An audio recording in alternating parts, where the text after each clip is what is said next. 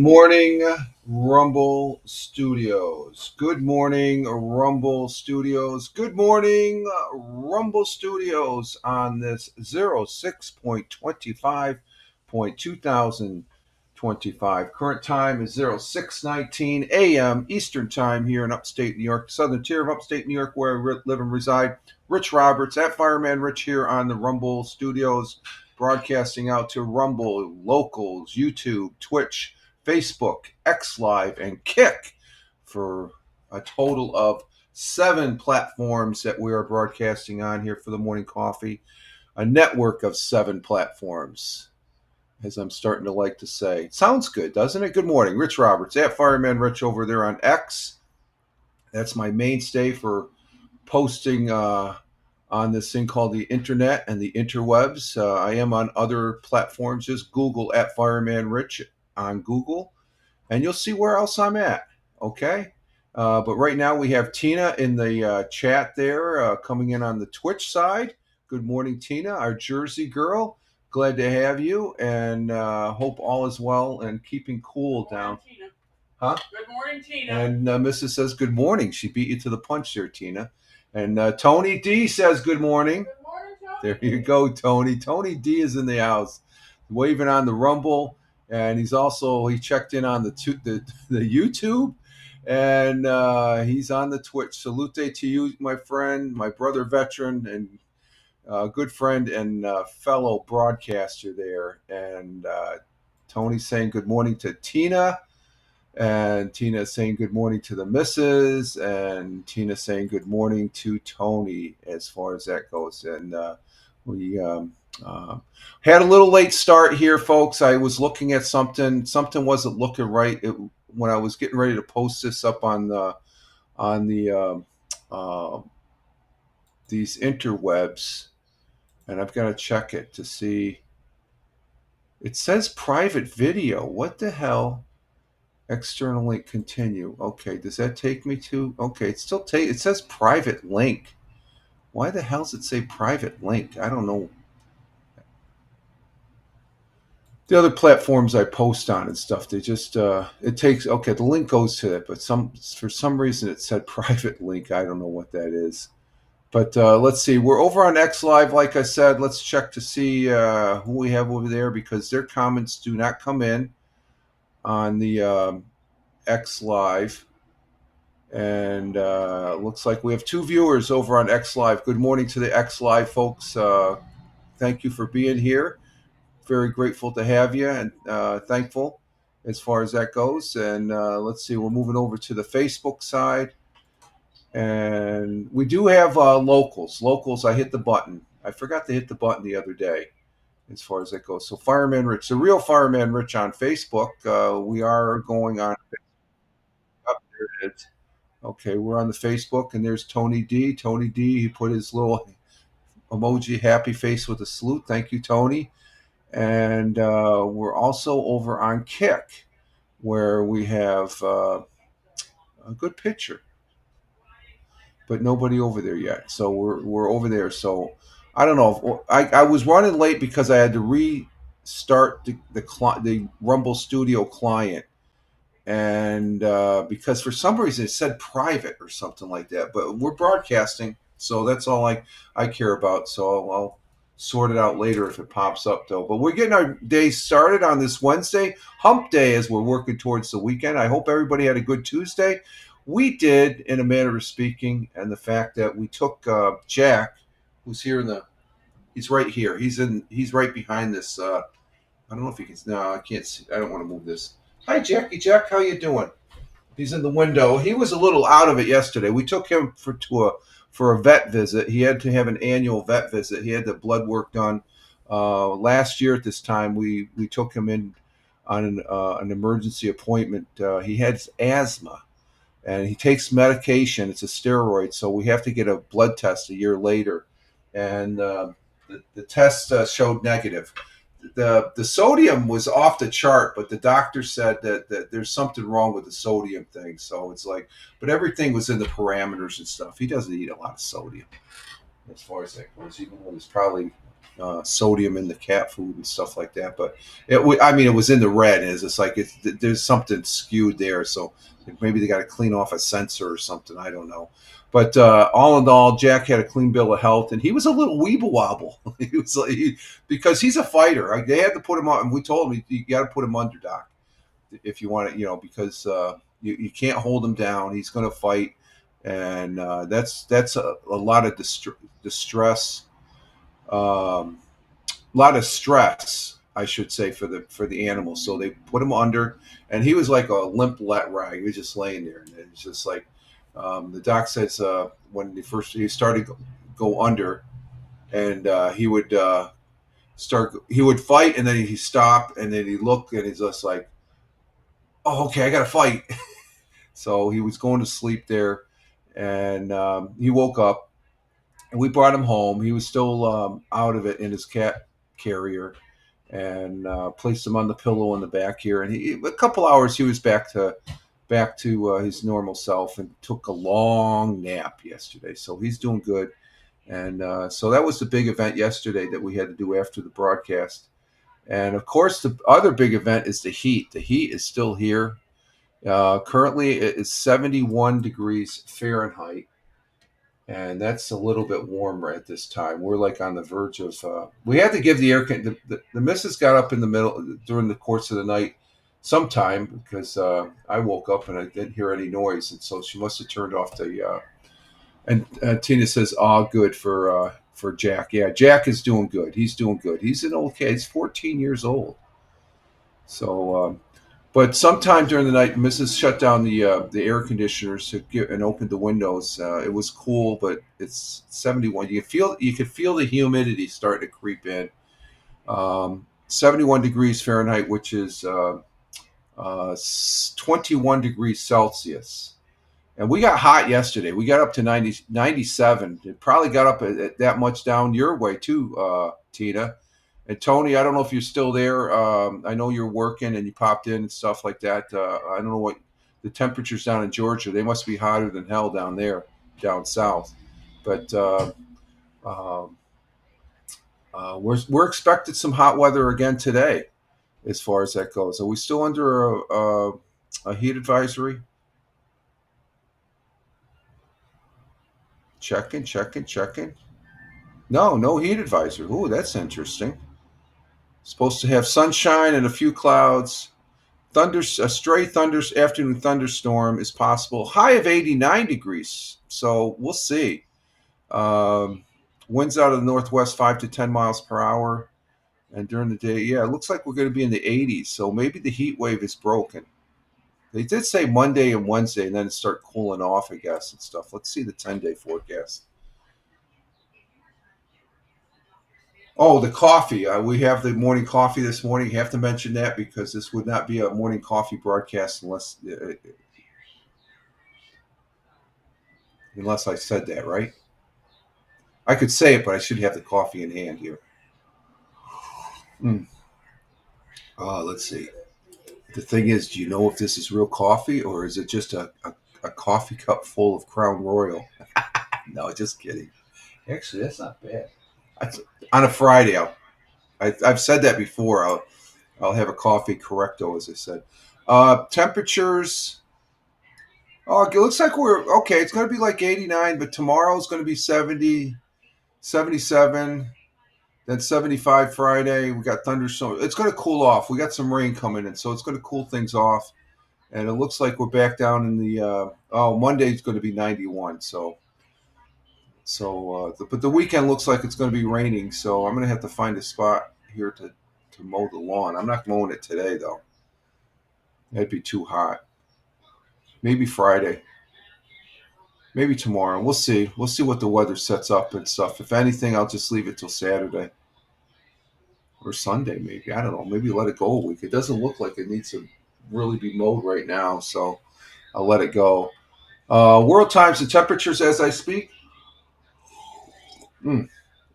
Coffee's outstanding. Starting in Honolulu, Hawaii at 12:29 a.m. We have cloudy skies with some clearing, a little clearing there. 75 degrees Fahrenheit. Phoenix, Arizona at 3:29 a.m. this morning. Currently, clear skies in Phoenix, 77 degrees Fahrenheit. In Chicago, Illinois, the windy city of Chicago, at 5:29 a.m. currently. Cloudy skies, 73 degrees Fahrenheit. In New York City, the jungle, the concrete jungle of New York City, at 6:29 a.m. It's 6:29 a.m. here in the southern tier of upstate New York, where I live and reside, and it's sunny and clear down in the city at 82 degrees Fahrenheit. And down in, okay, what happened here? What happened here?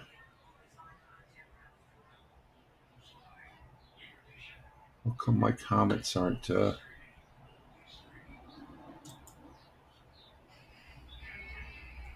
Tina, did you give me the Tina? I thought I saw your the weather. Did you give me a comment on the weather there in New Jersey before I go across the pond? I thought I saw it there. Did you delete it? Or no, that's Tony's. Okay. Well, we'll get with Tony's while Tina's typing hers in. Down in Warner Robins, Georgia, Tony has Tina Tony. Tony is reporting that it's 76 degrees Fahrenheit down there in Warner Robins, Georgia, which is south of Macon, Georgia, which Macon, Georgia is south of Atlanta. So you could say Tony is down there in Georgia. And he has a high of 96 degrees Fahrenheit and a low of 76, mostly clear as far as that goes. And okay, there it is. Okay. Oh, I thought you did, Tina. No problem. Okay, thank you. And moving back up to New Jersey there from Georgia, we have Tina says, "Whoa, you're going to get 100 degrees they're forecasting? Wow. Yeah, that is a wow. 100 degrees down there in New Jersey, central New Jersey, where Jersey girl Tina is at. 75 degrees Fahrenheit for the low. And look at this. We have Thamer. Thamer, good morning. He's saying good morning, all. Good morning to you, sir. Good morning, Thamer, coming in from Riyadh, the Kingdom of Saudi Arabia. Thank you for being here. I hope you're staying cool in Riyadh.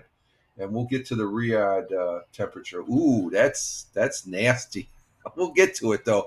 Okay, we're going across the pond for the world times and temperatures here, starting in Cork, Ireland at 11:32 a.m.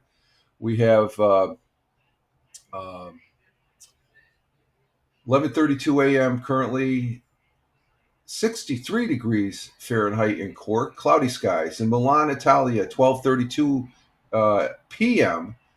Manja, lunchtime in Milan, Italia, Milan, Italy. It's sunny and clear in Milan, 90 degrees Fahrenheit.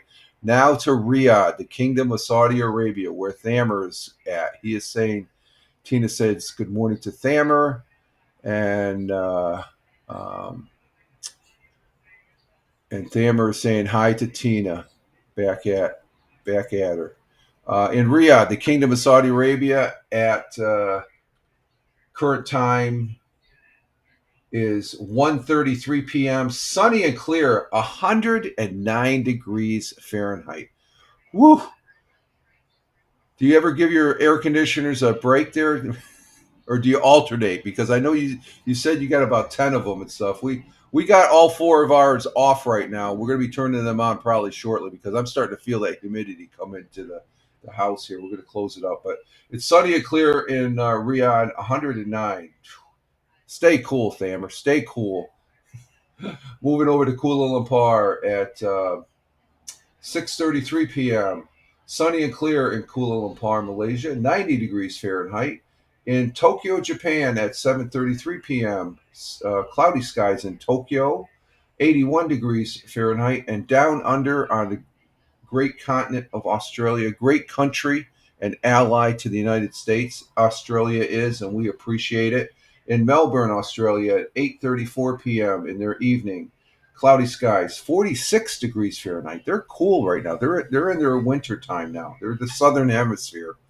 In Sydney, Australia, at 8:34 p.m., cloudy skies with some clearing, 55 degrees Fahrenheit. So they're staying cool down there.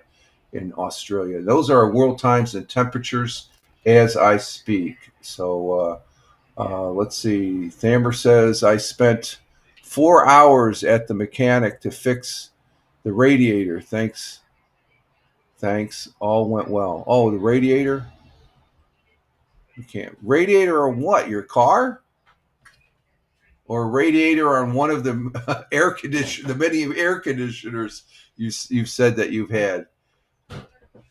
Oh, the car. Okay. So were you in the garage? I don't. They don't have air conditioning in the garage, so you must have been sweating bullets there, my friend. Oh wow, wow. Or was the mechanic in the garage and you were in the waiting room where there was air conditioning? Either or. All right, Thammer. Get in the car. Get in the car. Taking. You got to make sure you have the car in good condition. So, let's see. We do have a thought for the day, and are we going to close up this the house here in a little bit? Yeah. Start the ACs. Yeah, a little bit. Okay, a little bit. Jackson. Yeah, Jack's in the window right now. So, let's see. Thammer says, "Nah, I went to the nearest Dunkin' Donuts." There, the missus says, "That's the way to, yeah. Wait to drink some coffee, have a couple of donuts, stay in the cool Dunkin' Donuts." That's a good one, Thammer. That's something I would do. I would probably do that too. That's good. You're paying big money for those mechanics, so they got to earn it and stuff like that. Tina, she's laughing at that one. That's a good one. They're all over the place, Dunkin' Donuts. My God, they're all over the place. Our thought for the day comes from is from George Washington, the first president of the United States, founding father, and but president of the United States, serving from 1789 to 1797. A great American, as far as that goes. History tells us. As commander in chief. Commander of the Continental Army, Washington led the Patriot forces to victory in the American Revolution War against the British Empire. And now the Brits, the UK, is a very good friend of ours and stuff like that. So George Washington is his quote is our thought for the day this morning. And let's go ahead and read that once it comes up here on the Surface 3. And the quote goes as follows. Associate yourself with men of good quality. If you esteem your own reputation, for 'tis better to be alone than in bad company. I think there's some wise words there, some very wise words. Let me read that again. Quote from George Washington, our thought for the day. Associate yourself with men of good quality if you esteem your own reputation. For 'tis better to be alone than in bad company. So basically, he's telling you, hang out with good people. Don't hang out with the dirtbags, as far as that goes. He's emphasizing the importance of choosing one's companions, your friends, wisely to protect one's reputation and character. Your character is very important. You don't want your character corrupted. And if you have a good, I try and maintain a high standard of character for myself. And I want to associate with people with good character. It suggests that associating with individuals of questionable morals and integrity can negatively impact how others perceive you, even if you yourself are a good person of character. But some people say they don't care. I don't care. Okay, then you basically, you know. So we have some shady people, some sketchy people, and the bad guys. You don't want to hang out with them because then you're associated with your reputation is everything. And if you're a good person, you're going to be hanging out. You maybe try to influence some bad people to change them, to bring them over to the good side. Come to the good side. Don't be like Luke. He's being swayed to go to the dark side. No, don't go to the dark side. But you need to associate yourself with good people. So I think in this format on this broadcast, I'm associated with great people in the chat there, Tina, Thamer, and Tony. I also, or else I wouldn't pay them any mind, really, because and I do that online. So as that goes, I think it's some wise words, and I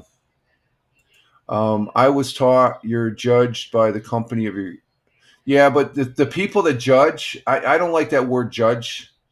You know, Tina, I know what you're saying, and I agree with it totally. But the word I don't. If people are judging me, they should just look at me and see what type of person I am, and leave it at that. Um, that judging can be a very strong word sometimes. Um, I try not to judge, but I just know that I don't think it's, you just have a set of standards. Like I got a core value of standards, and I maintain those. And that one of those is my character. I try and maintain a good character. I try and say I'm honest. If I make a mistake, I'm going to say I made a mistake. I'm not going to wishy-wash it and stuff like that. So I believe all you individuals that are in the chat right now, you're good people. I've known you for a couple of years now and stuff like that, and you've known me, and hopefully you perceive me as that, as far as that goes. And um, so like I said, there's certain people, especially I guess a good example is over on Twitch. There's some people that you wouldn't want to associate with, and I was asked a few years back, why don't you follow this person? You used to follow. Look at their Twitter feed. Their Twitter feed is crap. I can't associate with that. That's not part of my. That's my. I don't believe in that stuff. Then you got some people that just, there's some broadcasters I don't like associating with because my opinion, I'm not judging now, but just my opinion, they're not the type of people I want to hang with that I feel are good people for me. Okay. So we always have to analyze that and reflect on what type of people we want to hang out with. I want to hang out with good people, fun people, not people that are self-centered and they're blowhards or something like that. My old man would say, you don't want to hang out with horses' asses. You want to hang out with the front end of the horse, so to speak. So a good quote, a great quote from the founding father of these here United States, um, George Washington. And he's not my favorite. He's one of my top five people. That five presidents. He's right after Abraham Lincoln. I would believe me. Abraham Lincoln, just his history. George Washington has a good history too, but that's way back when, as far as that goes. And but I do. He's beat Sir, as far as that goes. Let's see. We have a National Day today. National Day today. What we had yesterday was Praline Day. I did that on the audio podcast yesterday on Spotify for Creators. And Praline Day. Pralines are okay, but they can be a little messy. Today, oh, here we go. We got National Parchment Day. Yeah, okay. You need parchment. National, what's this? Leon Day? Whatever Leon is. National Catfish Day. Yeah, people out there fishing. But we're going to go with, and you're going to like this one, Tina. You know it's going to be a foodie, right? Today, I am picking National Strawberry Parfait Day. It's almost like a strawberry shortcake, but it's a parfait.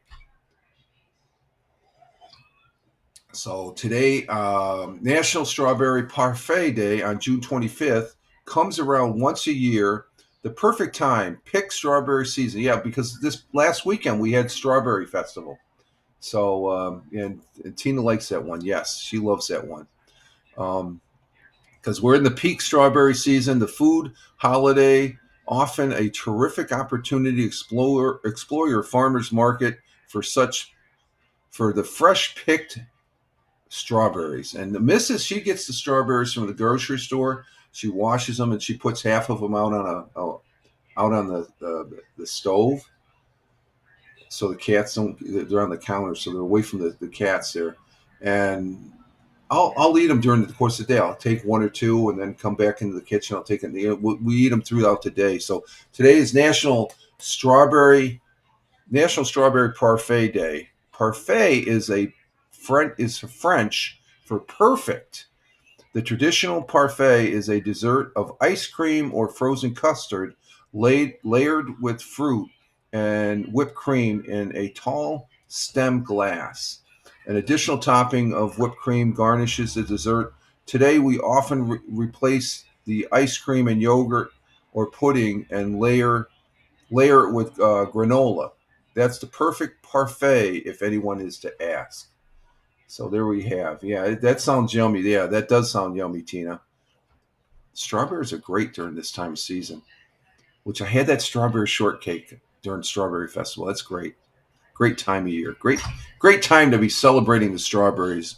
And even today on this National Strawberry Parfait Day.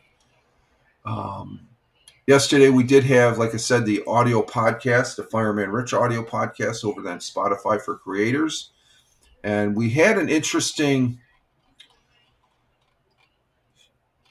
story about an individual's about the travel of a dog tag. If you don't know what a dog tag is, military wear around their neck a chain with two tags, and it has their name, rank, and serial number on it. And what that is if you get shot, and because a lot of times when you go into battle, you're not supposed to be carrying any type of identification, and that's the only identification you have. So there was a story I read on the audio podcast about a dog tag of a fallen World War II soldier, and it was returned to the family 80 years later. Can you imagine if you had a family member that served in the military during World War II, and then they passed away, and you've heard stories about that individual, but to able to get back the person's dog tag. That's a very powerful story as far as to get that, because what that represent, that dog tag, the individual wore it in battle. And in this case, it was for Joseph L. Gray. And I read this article on, like I said, the audio podcast yesterday, and that's over on Spotify. You can just Google @Fireman Rich on Spotify, or if you're on Spotify, just Google or just search for @Fireman Rich, and you'll see the audio podcast. My audio podcasts are about 30 to 45 minutes. Same scaled down format as the morning coffee, but the difference is I read interesting stories there after the thought for the day, or the thought for the day and National Day. So, but the dog tag belonged to a fallen World War II soldier, and it was returned. Joseph L. Gary was one of 31 veterans who died in April 1945 when the plane, a B-17 Flying Fortress, crashed into a hill on the Isle of Man. The Isle of Man, you have Ireland and the UK in the Irish Sea that's in between. There's an island there. It's called the Island of Men. I guess it was at the end of World War II that was returning, and it crashed. And it was back in 2010, which was 65 years later. Joseph, what's this guy's name? Joseph Gray, a Philadelphia soldier. They unearthed his dog tag with a metal detector, and I guess there's a museum there for World War II. And one of the persons that worked at the museum recognized the name, because on his Facebook page there was the daughter. Because this guy, his father, also, they talked about this crash. It was what was the museum? The Mannix Aviation and Military Museum on the UK island. The Island of Men is a UK island. So I talked about that yesterday, and just an overview of it today, because it's still it's a good story as far as because when they returned the dog tag to the niece of Joseph Gray, they met at this restaurant, and she thought she was just meeting a gentleman she was conversing on, and they met, but she was there with her husband. Then he presented the gentleman on the Facebook page there. They presented the the dog tag as far as that goes, and I guess in that case they called him killed. But yeah, it was during war. That was still world. I think World War II was still April. When was that? It was April. Yeah, he was killed in action. He was the Army Air Corps. He was a technical sergeant, so he was on that aircraft. They were returning or doing some type of flying. But this was April 1945, and I think World War II ended. Let's see. Let me see. World War II ended.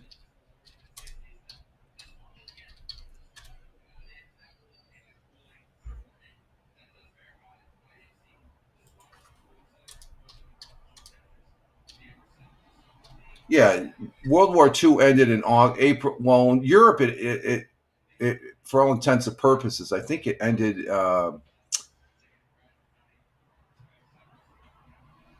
It ended. I think it ended in April. Well, the treaty wasn't until 1947. So,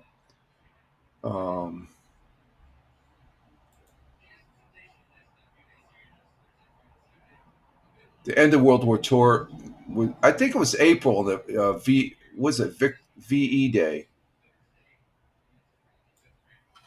Let me see, VE Day.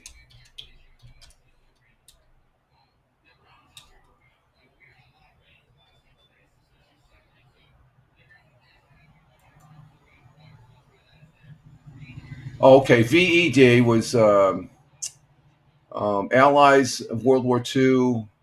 Germany unconditional surrender of its arms was 8 May. So yeah, they were still there was still war going on in April. So yeah, he was killed in action.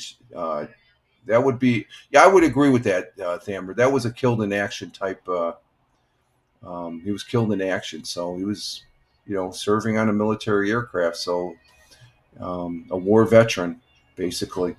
So but to get that it just for me being a prior military veteran, it hits me right in the heart as far as something that it's sort of bringing back finally something of um, of the person that served and stuff like that. There's a lot of meaning behind that. So that was the audio podcast over on Spotify. We have fun doing that. I like talking about it here on the live stream. Let's see. What do we have? We have 100 years ago. Let's see. What are we doing for time here? Oh, we're doing good in time.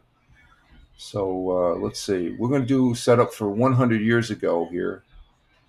And I think that girl, we still got that nerdy guy there. I think he took over for the young lady there that we used to see. I don't know.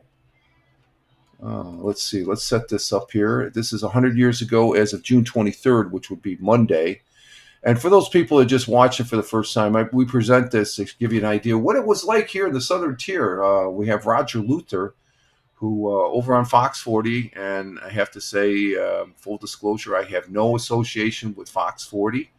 I like presenting 100 years ago here because it gives you an idea of what it was like here in the Southern Tier of upstate New York 100 years ago. And sometimes they took it really serious. But it was the events of the day in the news there. So let's see what this is about. Let's turn off the banner, and let's see what we got. We got to go to present. 100 years ago, and there it is, right there. I don't know. I don't know what this gentleman's name is, but we'll go ahead and let's see. Keep that on there. And we'll go ahead and start it and enjoy. Welcome back. We now go back in time for our June 23rd edition of 100 Years Ago. Broome County historian Roger Luther joins us with the top headlines in 1925. 100 Years Ago is presented by UHS.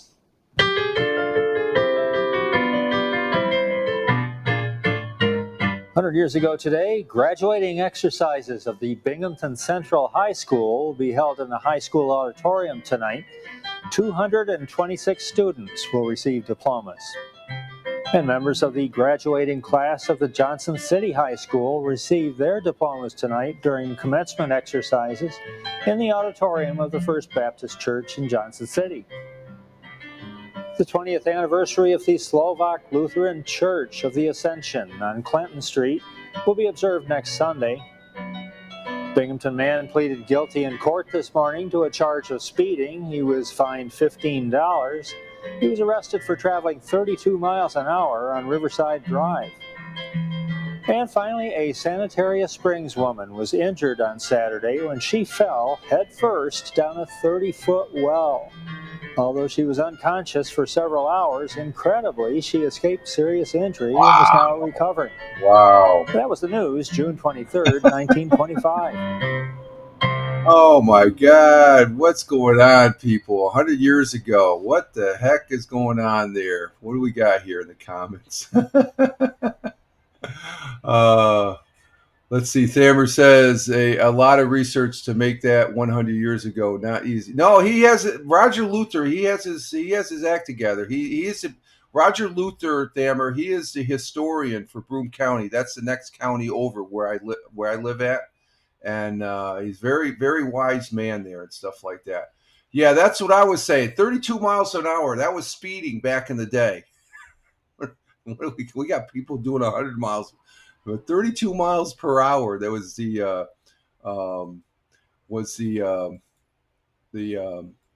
was speeding. What was it? He got fined $15, and he was arrested for traveling. Yeah, traveling 32 miles an hour. Riverside Drive. I think that's a street in Binghamton. What would you say that the speed limit on Riverside Drive is? Is about 35? So it's 35 right now. So he was doing 32. Now he can do 35, and you don't have to worry about getting fined $15. And let's see, $15 today in 19. I'm curious on how much it cost him. Let's see.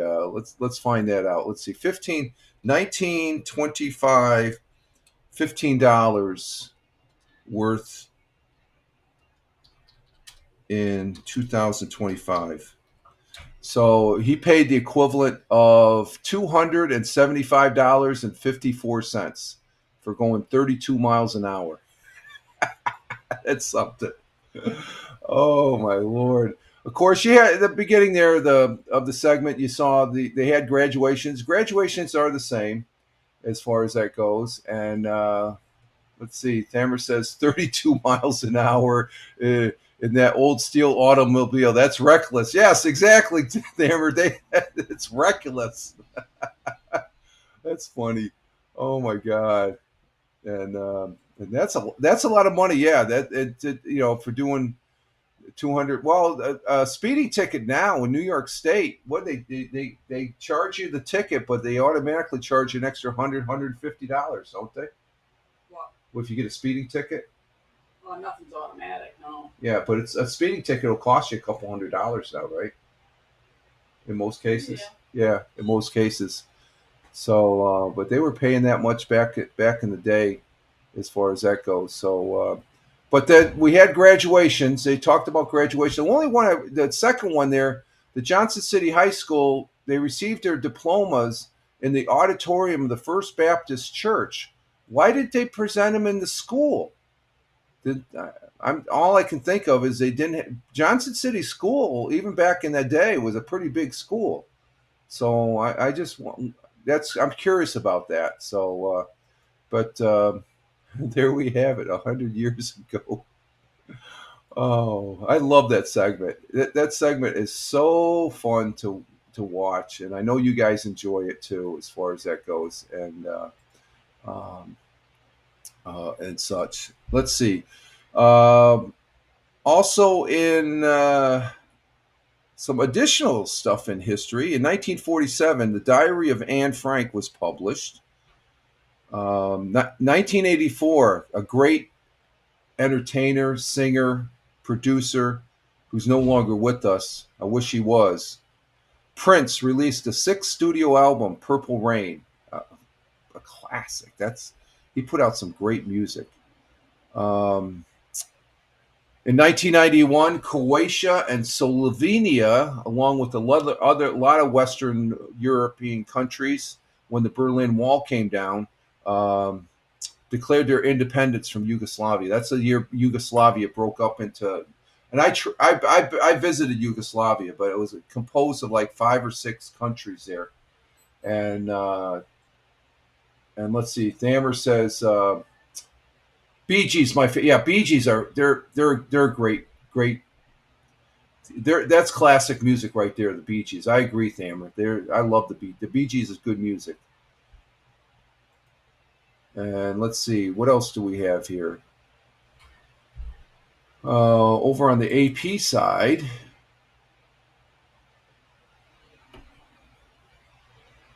let's see. I'm going to have to take a break here to get some more coffee. I didn't take a break Monday because we had some good conversations concerning the activities that happened over the weekend, which we're not going to get into today. Okay. I guess there's a ceasefire, which is a good thing. I'll mention that. That's a good thing for the Middle East. And okay, Tina, see you later.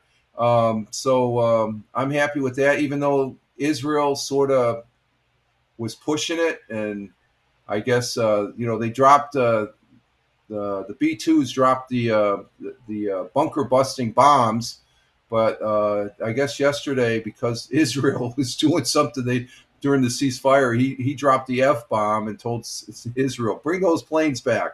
And I guess they listened to him and stuff, but we can only hope that it's. I just got to say, after it, and I think a lot of people agree with it, we could breathe a sigh of relief. We don't have to worry about somebody popping off a nuke, so to speak. In ceasefire, the last shot always important. Yeah, I guess that would be true, Thamer. Yeah, they like to get that last punch in and stuff like that. So, but I think for the most part, they're pushing towards that, and hopefully some good things can happen for the Iranian people finally, maybe, as far as a change of that attitudes and stuff like that, because it'll be good for that area as far as that goes. And you're right there. They almost dragged the Gulf. Yeah, it got close, but we'll see and stuff. I'm really looking towards the Abraham Accords. Wouldn't that be great if Iran could get their act together and join the Abraham Accords? I don't know. Saudi Arabia, are they? I think they're on the verge of joining the Abraham Accords. I don't know. You might have to correct me on that, Thamer. I'm not sure. I know the Crown Prince last year, before the October 7th thing that happened in Israel, he had an interview. I watched his interview with Brett Baer, a very good and I had the feeling that he's setting Saudi Arabia up to join the Abrams Accord, but then the October 7th thing happened in Israel, and that sort of fell through. So I don't know if is Saudi Arabia thinking about joining the Abrams Accord, Thamer? Do you know about that? Because it's your country, so you would know firsthand as far as that goes. I just got it was a great interview from the Crown Prince, and he was very, very candid with Brett Baer in that interview and stuff. I was pretty impressed. So I don't know if you could say because the Abrams Accord hasn't really gotten that much, and it's bringing everybody together in that region. And let's trade stuff instead of throwing stuff at each other, as far as I guess in a manner of speaking. In 1950, on this day, June 25th, war broke out in Korea as forces from the communist north invaded the south. The conflict would last for over 3 years and would be responsible for an estimated 4 million deaths, an estimated 3 million of whom were civilian. That's the thing about war. War is not a good thing. And that war just came to an armistice. It never came down to a ceasefire. Let's see, Iran goal in 7 of October was to make Saudi away. That's okay. So I had a feeling of that, and that Saudi Arabia is your country, and that's the feeling I got too. So they were on the verge of coming in. So hopefully that can be rectified here in the future and stuff, because I think it's just, you don't have to like your neighbor, but if you're doing business and you're both making money, what the hell? That's better than being, go to war and stuff like that. But that's the feeling I got too. So we're on the same page as that. So you're gonna have to keep me updated on that Abrams Accord for Saudi Arabia, because you're the only citizen of the Kingdom of Saudi Arabia that I know, as far as that goes, pretty much. Let's see, do I know? No, you are the only one. You're the only person I know from Saudi Arabia. Well, your home country of Saudi Arabia, that is. There was a radio guy I knew years back. He worked over there for a part time. Then he came back. He went back to Oregon, Washington. I can't remember his name. He would live stream from there and stuff like that. So, okay, let's see other things in history. In 1876, on this day, the Battle of Little Bighorn, also known as Custer's Last Stand, began in the southeast Montana Territory. As many as 100 Native Americans, and actually there were more than that. 100 Native Americans were killed in the battle, as were 265 attached to the 7th Cavalry, including George Armstrong Custer and Mark Kellogg, the first Associated Press reporter to die in the line of duty. Let's see, what else do we have?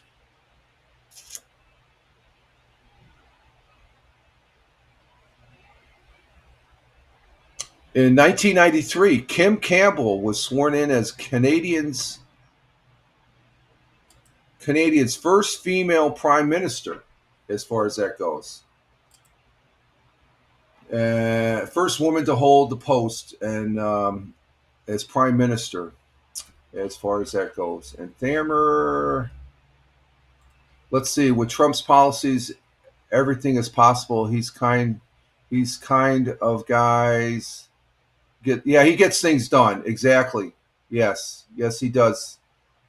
President Trump does. He's a man of action and stuff, and I think he's shown that. He's done more. He's done more since he's been elected, and it's just been let's see, January, February, March, April, May, June. It's only been 6 months. He's done more in 6 months than most presidents, and I'm just not talking about our last president.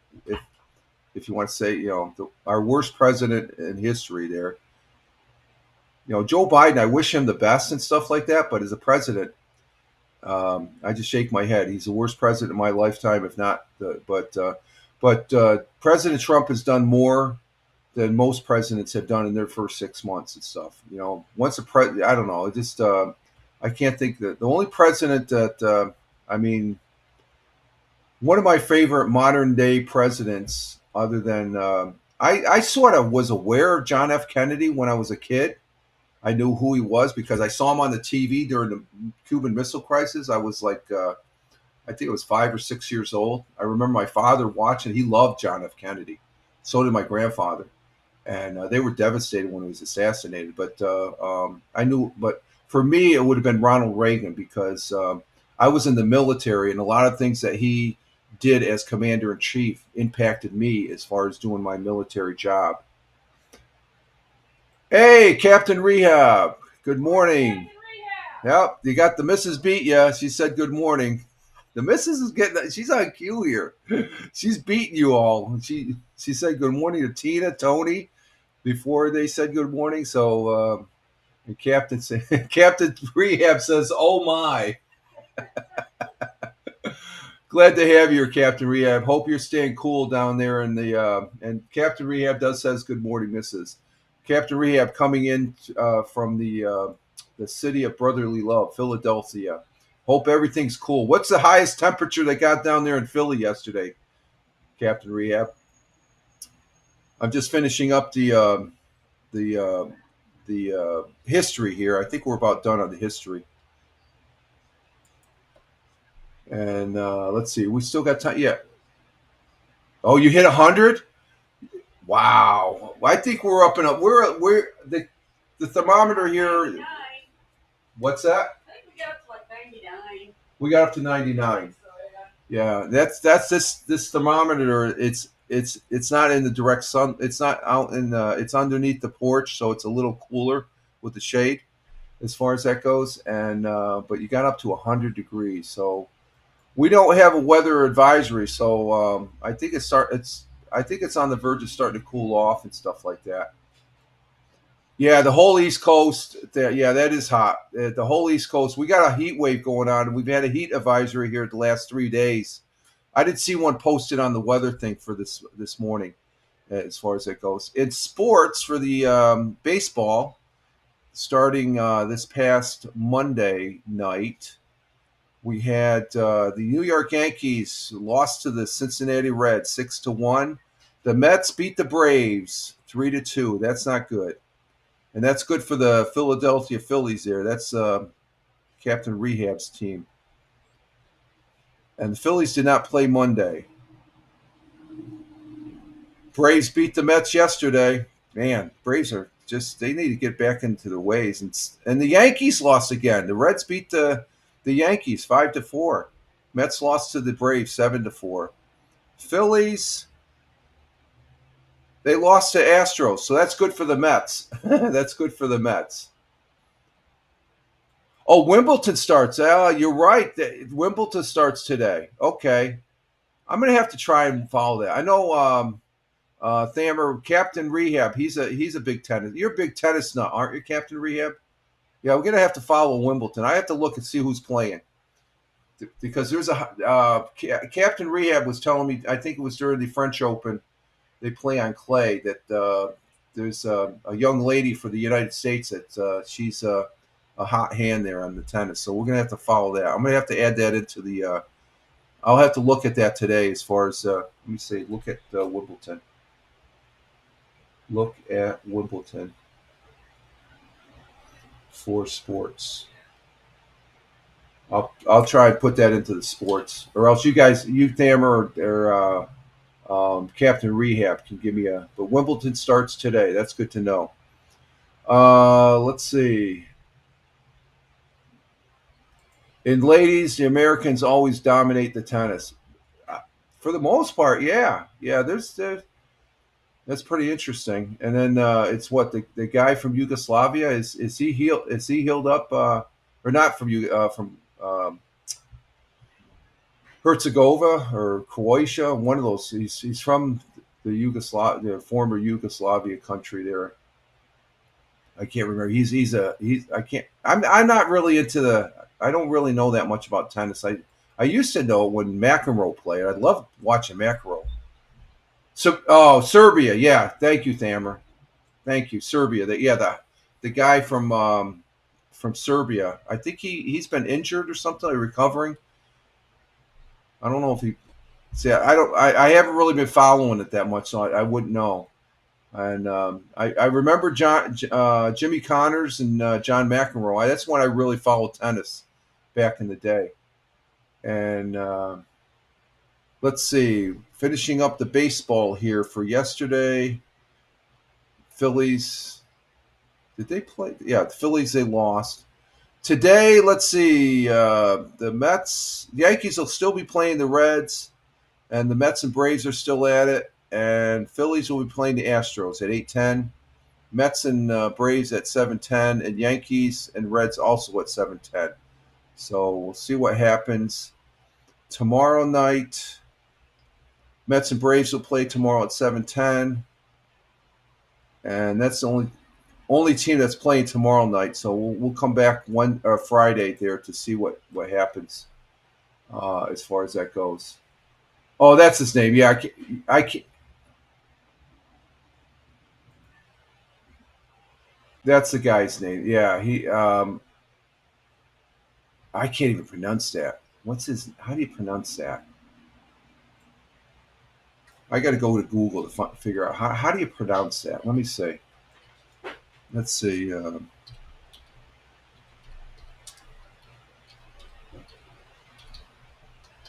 How do I pronounce that name?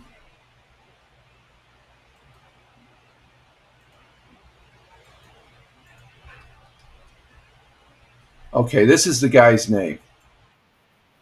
Dok. Oh, the D is silent. Djokovic. Jok- Djokovic. That's his name. Djokovic. Okay. Thank you, Google. If I don't know how to pronounce a name, I'm going to put it in Google, and Google's going to tell me how to pronounce it. Thank you, Thammer. Yeah, he's a good tennis player. I've seen a couple of his matches. He's pretty solid.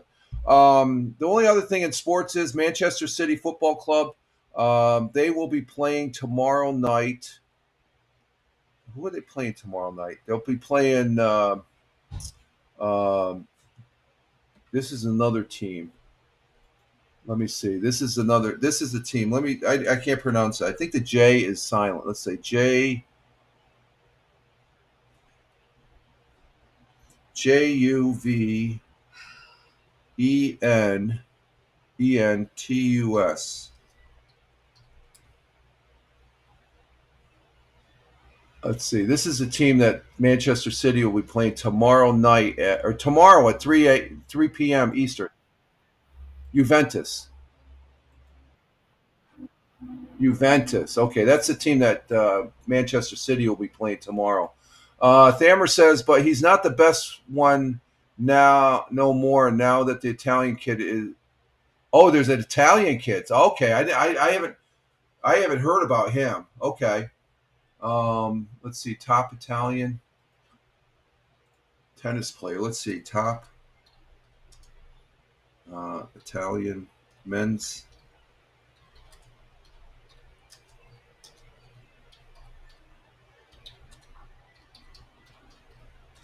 What's his name? Oh, Jannik Sinner. Is it Sinner? Is that his name, Thammer?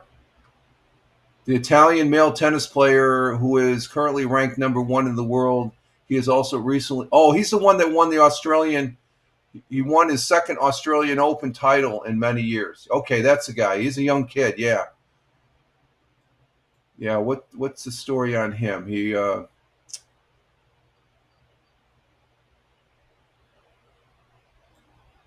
What's the scoop on him? Let me see. Let's see. You're making me look at tennis, seeing that we're in the sports here. He's an Italian professional tennis player. He's currently ranked number 1 in men's single by the ATP and the first Italian to reach the top ranking. Okay, he's 23 years old. He's got he's won 3 Grand Slams, and he's from San Candido, Italy. Where's San Candido, Italy? What part of Italy is that? Let's see, okay, that's up in the northern part near Austria. So he's up in the Trento South region. That's north of Venice. So he's up there in that area. Okay, all right. I like Italy, so he might be my favorite tennis player there. I'll have to watch. I'm going to have to watch now. You guys got me interested in tennis here, as far as that goes. From what I'm seeing on the map,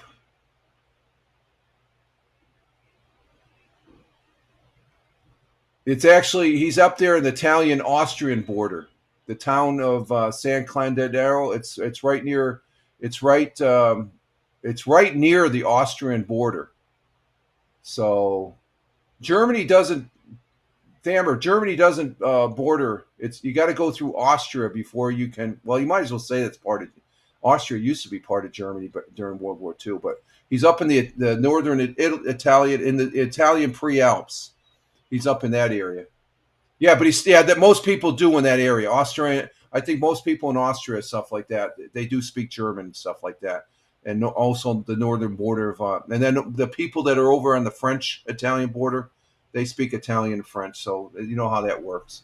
So But Jarvis, or Juventus, is the team that Manchester City is going to play 2-0, and Manchester's 2-0. So that game is tomorrow. I will be wearing my shirt that I got from Mr. Wingnut. He is a diehard Manchester City fan, and I'm just a wannabe, but I feel more like a fan when I'm watching the game and I got the jersey on. So that should be good. Tomorrow at 3 o'clock in the FIFA Cup, as far as that goes. And let's see. Let me see. Is there anything else on that? Italy might be small, but so diverse. Oh yeah, I lived there for 7 years, Thamer. So yes, I agree with that totally. I love Italy. Have you ever been to Italy? If you get a chance to go, you should go. I think I think you really like it. And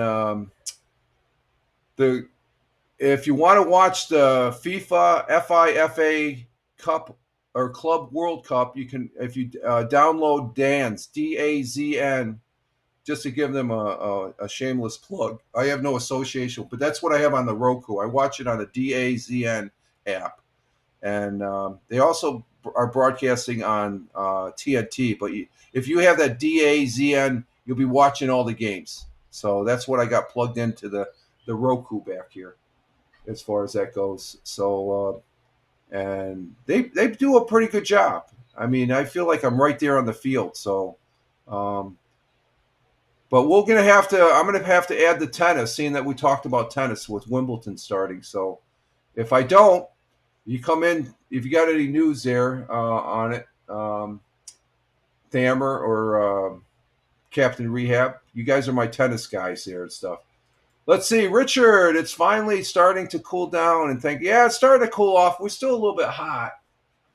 It was 71. It went up to 74. So we're going to be closing up starting the air conditioners here shortly in the house and stuff. So, but we're going to go ahead and take a break. How long have we been on here?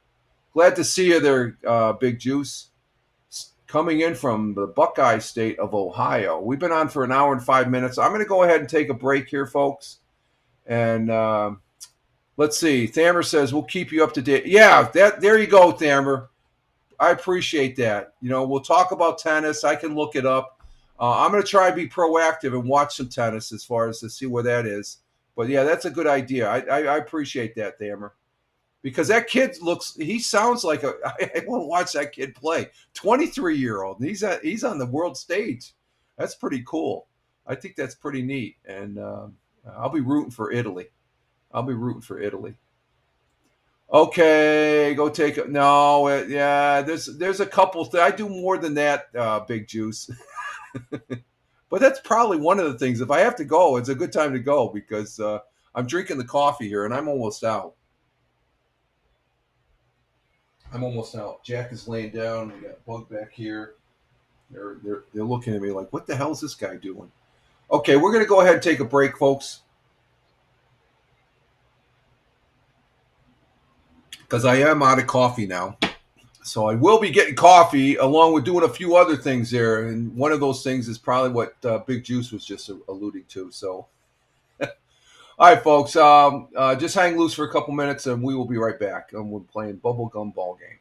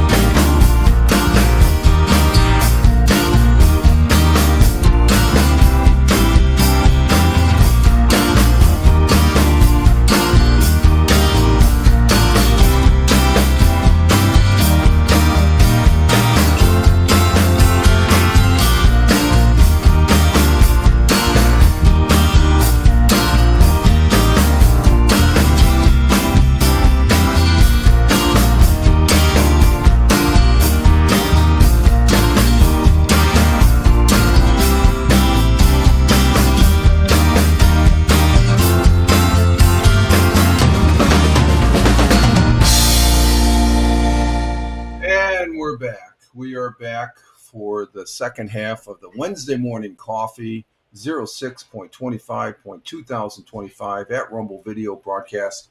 Rich Roberts at Fireman Rich here on the Rumble Studios, broadcasting to seven channels, a network of channels, if you will. Rumble Studios, we have 2 people, locals 1, YouTube nobody, 3 people over there on Twitch. Facebook, we're going to have to check Facebook. I'm not seeing anybody over there. Over on Kick, we have anybody over on Kick? Let me refresh it. And we have 1 person over on Kick. Thank you, the 1 person over on Kick. And over on X Live, we have, looks like we got 3 people. 3 people over on X Live, so thank you very much. Greatly appreciate that. We're here on this Wednesday, hump day, as we're working towards the weekend. And as far as that goes, and Big Juice is asking again, any way you could do 100? No, you're going to have to watch the replay, my friend. We're not doing it again. We already did it once, okay? I can't get in the habit of doing that. You can watch the replay. Just go to the replay afterwards and just scroll right to there, and you got 100 years ago. Or else you can, as far as that goes. So we did 100 years ago, and the big ticket item on that one was you could get fined going 32 miles an hour, which the fine would be $15, Big Juice. And by today's monetary value, that would be a ticket that would cost you $275 on Riverside Drive in Binghamton. That was the big nugget there on 100 years ago we were laughing at. The speed that Riverside Drive in Binghamton, it's a city speed limit, so it's 35 miles an hour, but somebody was doing 32 miles an hour. I don't know how they could calculate 32 miles an hour. They didn't have radar back then, but they said they were going 32 miles an hour. But they arrested them and they fined them. Oh, the things they did 100 years ago. Let's see. What's going on here with this?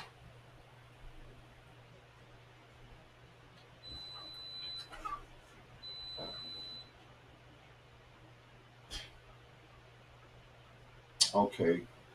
I forgot to plug in my laptop here, and it's telling me in my earbud that it needs to be charging, so we're going to go ahead and... Well, if it craps out, it craps out. We'll just keep it plugged in. So, but we're doing good there. So, but glad to have you all here. We've had a pretty active chat here this morning talking about various things and stuff. And I do appreciate it because it's one of the things I do like about live streaming is the interaction that we have in the chat there from the various platforms. And I do enjoy it, and it gets me going for the day as far as that goes. You guys really make my day as far as when I do come in here and stuff. And that's what it's for. It's for a positive start today. Hashtag positive start today. Hashtag PSTTD. And I do appreciate it, guys. I don't say that enough, but I want to say it. You know, thank you for all being here. It does mean a lot. We didn't get into the news yesterday because we were talking about a certain subject of world events that happened this past weekend, which we're not going to get into today. We're going to go over the local news as far as I do present various articles from the various news entities that are around this area called the Southern Tier of upstate New York to give you an idea of what it's like around here. Like, for example, last week I was highlighting the Strawberry Festival, which I went to, and we had pictures Monday of that. And so full disclosure, I have no association with any of these news web pages that I'm about to show various stories from. I just like, they're good stories that you probably wouldn't hear about unless I presented them here because you're not from this area, but it gives you an idea of where I live at and some of the things we're doing. And they're positive stories for the most part. Because I don't like, I used to say this a lot when I was doing the audio, just the audio broadcasting back in the day before I did the live stream. I said, I'm telling you some good stories here because you already know what the crap news is, and so it's no, and we had a good discussion yesterday, but I wanted to leave it right there, and because the latest on that we just mentioned it a little bit before here, as far as I guess there's a ceasefire, and we'll see how that transpires and stuff like that. So I don't want to go into any real Fox. Let's see what's on Fox 40. Let's see, they got a battery low again on that, so. I need to watch this, I think. Let me see. No, it's charging. It went from 13 to 16%, so it's charging. So I'll just leave it plugged in. It should be good to go. Over on Fox 40, let's see. Oh, what do we have? We can probably go all the way back a couple days here because let's see. Let's load some more. Let's see what we got here.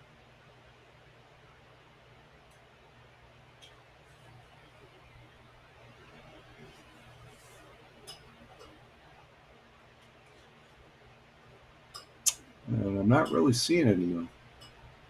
Oh, we talked about. Oh, that just says. No, we're not. We won't do that one. That's just a picture. Let's see. Let me go back here on the news again.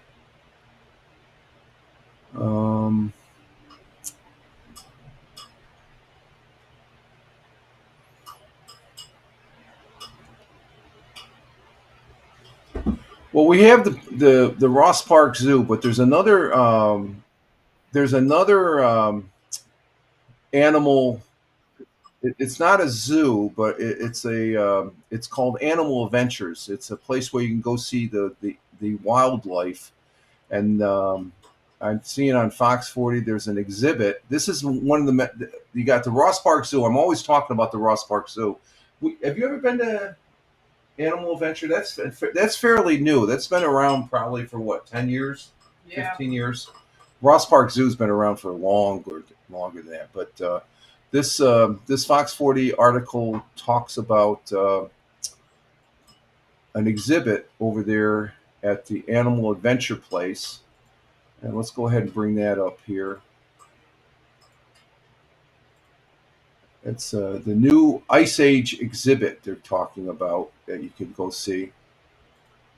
So there's the article. There's that gentleman again, Mr. Fox Nerdy, we call him.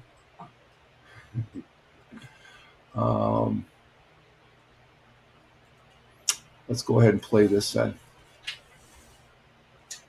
Here we go. Animal Adventure is preparing to transport visitors back to the days of mammoths and saber-toothed tigers with a new exhibit beginning this weekend. Starting on Friday, Animal Adventure will unveil a new Ice Age exhibit lasting from June 27th to August 25th. Visitors will learn about the different creatures that roamed the Earth during the last major ice age 20,000 years ago. Some of the animatronic animals on display include mammoths, saber-toothed cats, and entelodons. And you can see right there they have a llama. The kid's trying to feed the llama there at the Animal Adventure. And it's a good place to go. They have additional. You saw briefly. They have a couple of giraffes there. They're pretty renowned because they had a giraffe birth here a few years back and stuff. So they have some unique animals there. I have yet to go there. Maybe we'll make a trip out there sometime. How long does it take? Down. Huh? When it cools down. Yeah. How long does it take to get there? Where is it? Harpersville? Maybe 45 minutes. 45 minutes, maybe. yeah. I think this is in Harpersville. Depending on how far out it is. Yeah. So we'll have to check that out as far as let's see. We should go to BJ's today. What? We should go to BJ's today. Oh wow, that came out of nowhere. Get some decent meat. We're going on a trip today, folks. That's what's the plan. It's hot out, so we're heading to BJ's. Just like it's an upscale version of going to Dunkin' Donuts, getting the car fixed there, Dammer. BJ's is similar to Costco's. It's a big box store. I like going there, so I know what I'm having for lunch. I'm having the hot dog, the $1.50 special, the hot dog. It's a jumbo hot dog along with a Coke for $1.50. That's my lunch for today. We're going to BJ's. That's up at the Oakdale Commons there in Johnson City. It's a good place. Yeah, these hot dogs have no sodium and no fat. They have lots of sodium and lots of fat. But well, no, the Chick-fil-A that's up there. I guess that's at the Key Bank. They're going to break that. They're supposed to tear that down. I think. It's not open yet, anyway. No, it won't be till next year. The one. Let's see, 90 in New York. Forget Dunkin' Donuts. Go to Baskin Robbins. I don't know if there is Baskin Robbins around here anymore. Not where we're at. No, we don't. Somewhere. We used to have Friendly's ice cream too, but they've all, along with We got pizza. that ice cream shop down the street, though. Well, they have a lot of private ice cream places now, Stammer. They could the big chains couldn't compete with all the mom and pops. You know, it's a switch because people would be more apt to go to the mom and pop places than Friendlies and stuff like that. Or cola floats. Yeah, there we go. I think at BJ's they have the soda machine, and it has a big dial on it, so I could get whatever soda. I mean, I can get an ice cola, a Coca-Cola ice or something, whatever they call that. I like the Bart's cream soda. That's pretty good. Okay, let's see what else we have on Fox 40. Anything? I'm not really seeing that much. Okay, this gives you an idea. Here's something for Broome County as far as the heat that we're experiencing. Broome County and surrounding Broome County officials that we're facing record-breaking heat. So let me give you. This will give you an idea of what we're facing here as far as the heat. Let me get this one going here. are urging residents to. Broome County officials are urging residents to take advantage of local cooling centers. The county has opened more than a dozen locations across the region, including libraries, senior centers, and community buildings.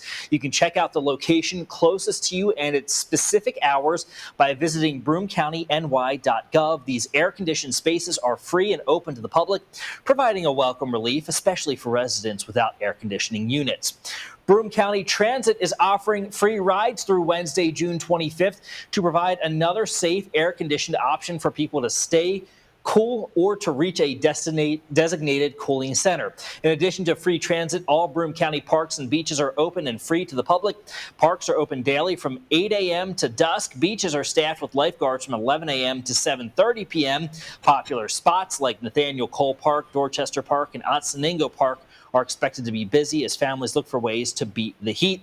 County officials are urging everyone to take precautions, stay hydrated, avoid outdoor activity during peak heat hours, and check on neighbors who may need help. Broome County. So there we have it. We got some relief on the heat as far as that goes, and as far as various places throughout Broome County, also here in Tioga County. Let's see. Thammer says, my cousin on ice cream truck business, good, but the cons are it's a seasonal business. Yeah, that's the only thing is the ice cream places here, the private ones, they make some big bank during the summer. Some of the places they could stay open year round, but they just close down come wintertime and stuff like that. But the ice cream business is very big here. That's why we don't have any Friendlies or Baskin Robbins anymore, because they would charge a lot more than you could get at the mom and pop shop. And actually, the mom and pop shops were a lot better because you had you had a better selection. Baskin Robbins is okay, but they were a little pricey and stuff like that. So, but yeah, it is a seasonal, but they can make a lot of money during that short time as far as that goes. Okay, let's see. What else do we got on Fox 40? Let's see. I think that's it for Fox 40. Let's see. Let's see. WEBO.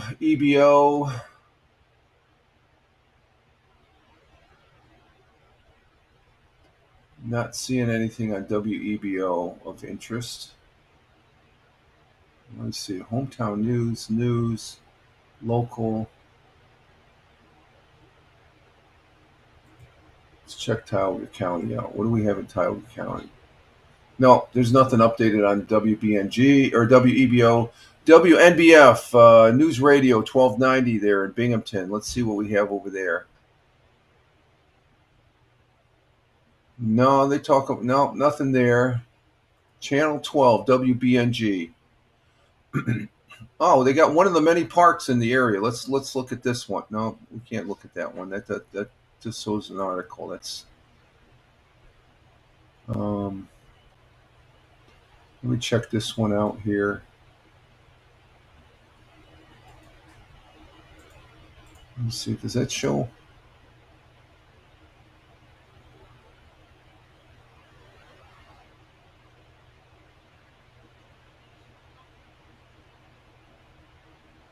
No, that doesn't show anything. So let's move on to the next one here.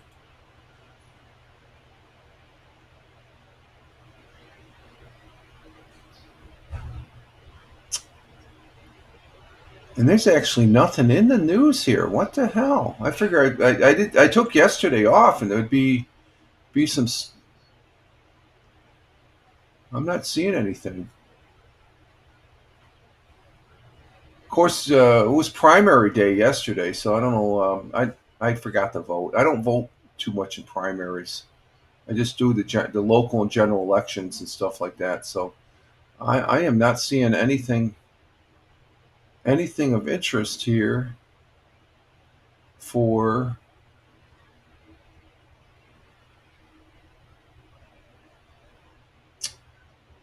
oh wow, Southern Tier reacts to proposed nuclear. Is that an actual article? Oh wow, okay, this is interesting. Southern Tier, this is news.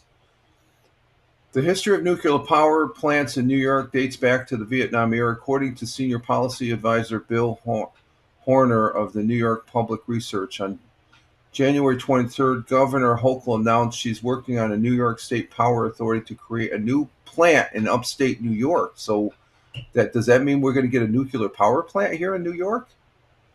The state of New York? Let's see what this one's about. This got my interest right here, folks, as far as that goes. So let's see what this is all about. Okay, there's a closed captions. Okay. We'll go ahead and listen to this one. Kathy Hochul announced a nuclear power plant will be built in upstate New York. This left officials and residents split on whether or not this is a good decision. 12 News' Aaron Lawler spoke with those people and has more on what they're thinking. The history of nuclear power plants in New York dates back to the Vietnam era, according to Blair Horner, the senior policy advisor with New York Public Research Group. The reason that they're able to continue functioning is through ratepayer subsidies to the tune of billions of dollars. On Monday, Governor Kathy Hochul announced she's working with New York State Power Authority to create a new plant in upstate New York. Now, some people say you can't clean the grid and grow it at the same time. Sounds like defeatism to me. This is New York. That's not how we think. We don't back down from the hard problems. We solve them, and we build bigger and bolder than anyone could have imagined. Officials like Stacey Duncan from the Broome County IDA think this is a good idea. She says they are even a part of the site selection process, saying, quote, "We look forward to seeing NYPA's work take shape and will continue to work with the state to bring development to the southern tier that can tap into new energy resources as they come online," end quote. On the other hand, this project could be expensive and comes with many unsolved problems. Certainly New York needs more electricity. But to build a nuclear power plant, I mean, there's a reason why none have been built in 50 years. It's going to impact rates, and that's going to impact ratepayers in both upstate and downstate. They take a long time to build, and depending on the circumstances, they can end up being dangerous. Word nuclear kind of brings to mind a lot of scary thoughts.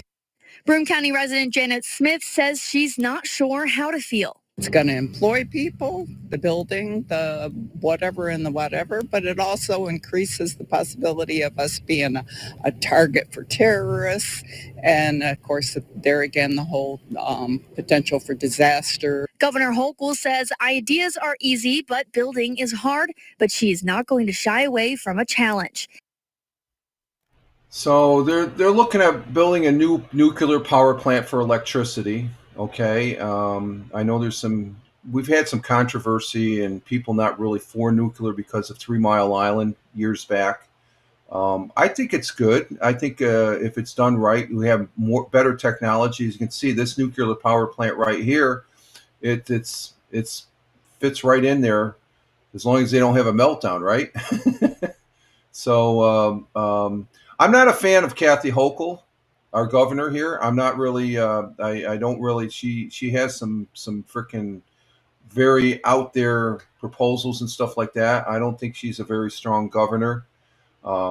She's not really. She'll say she's for law enforcement and the firefighters and emergency service, but let's see. Thammer says.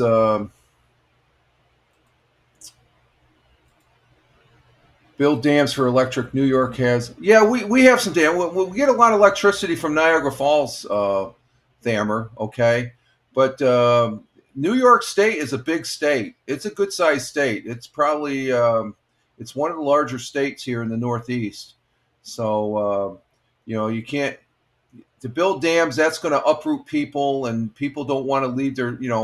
They used to do that back in the old days. So building a dam on a river. It takes up a wide area, and I think more efficiently. I would like to see this be built. I think nuclear power is safe for energy. It's France and Germany. I think they're more on nuclear now than they are on the fossil fuels and stuff like that. And I don't know if there are nuclear power plants in Saudi Arabia. That's the thing they could do in Iran now. If you want nuclear, we'll give you nuclear power. That's what that's the safer way. You don't want to use nuclear to build bombs like they did. But I'm all for nuclear energy, as long as it's done safely. And I think for the most part, people want it to do safely. But it does have a stigmatism here in the States that you have a nuclear power plant in your backyard, and you got all this potential radiation hazard and stuff like that. So, but I would like to see this being built. I in the article there, they showed when they said New York, they always show a picture of New York City where there's much more to the state of New York than just New York City, folks. Okay. There's a vast amount of property that goes. Thammer says they're working with Americans in regards for peaceful purposes. Yeah, that's a good thing. That's a good thing as far as that goes. So for peaceful purposes and nuclear energy for peaceful purposes is always a good thing. So I'm not sure where this one. I think because of this article, I think we may have one nuclear. Let's see, how many nuclear power plants does New York State have? Let's see, how many nuclear power plants does New York State have?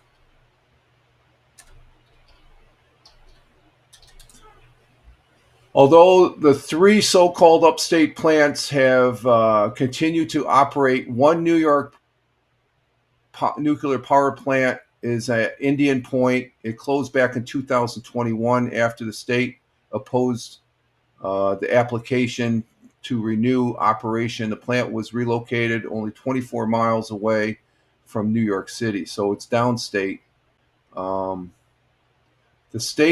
The U.S. state that has the most nuclear plants is Illinois. Has the most nuclear plants in the United States, with a total of 11 reactors across 6 different plants, according to the United States Energy Administration. So nuclear power is here in the United States, as far as that goes, and I'm for nuclear power. I'm for nuclear power as far as that goes, folks. And let's see, what else we got on WBNG? That was a good article there. Something I didn't know. Let's see.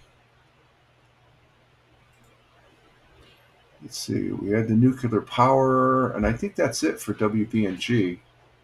Again, full disclosure, this is WBNG local CBS affiliate. I have no association with them, but I'm just showing you some of their articles that sort of pertain to the southern tier of upstate New York and such.